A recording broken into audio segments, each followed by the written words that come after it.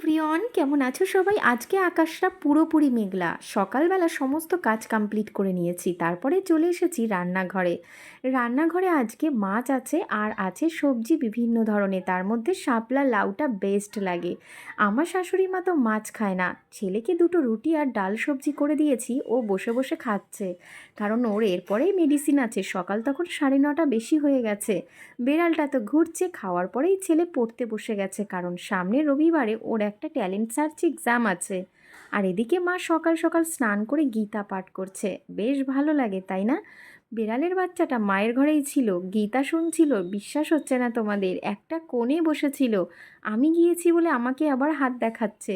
তো আমি চলে এলাম রান্নাঘরে। আজকে মাছ দিয়ে আলু পটল আর টমেটো তরকারি হবে, খুব সুন্দর খেতে লাগে। তো আমি যখন সবজি কাটছিলাম, বিড়ালটা আমার দিকে তাকিয়ে তাকিয়ে দেখছিল।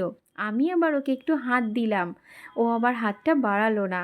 এদিকে লাউ নিরামিষটা হয়ে গেছে। রাঁধুনি ফোড়ন দিয়ে লাউটা মায়ের জন্য করেছি, আর ব্রাহ্মী শাকটাকে কাঁচি দিয়ে কুচিয়ে একটু ছোট ছোট আলু দিয়ে তেলে ভেজে খেয়ে নেব। এদিকে মাছগুলোকে ভেজে রেখেছি, কারণ আমার শাশুড়ি মা তো মাছ খাবেই না। গাছ থেকে কতগুলো লঙ্কা ছিঁড়ে এনেছি, অনেক লঙ্কা হয়েছে গাছে। এগুলো দিয়েই রান্না করব আজকে মাছের ঝোলটা। গাছের লঙ্কা খেতে তো ভীষণ স্বাদ লাগে। তো দেখো কি সুন্দর মাছের ঝোলটা হয়ে গেল আলু আর পটল দিয়ে। সব কাজ কমপ্লিট করে একটু বিছানায় বসছি, আর জানলা দিয়ে হালকা ঝিরিঝিরি বৃষ্টি আর মেঘটাকে দেখছি। বেশ ভালো লাগছে। টাটা, সবাই সুস্থ থেকো।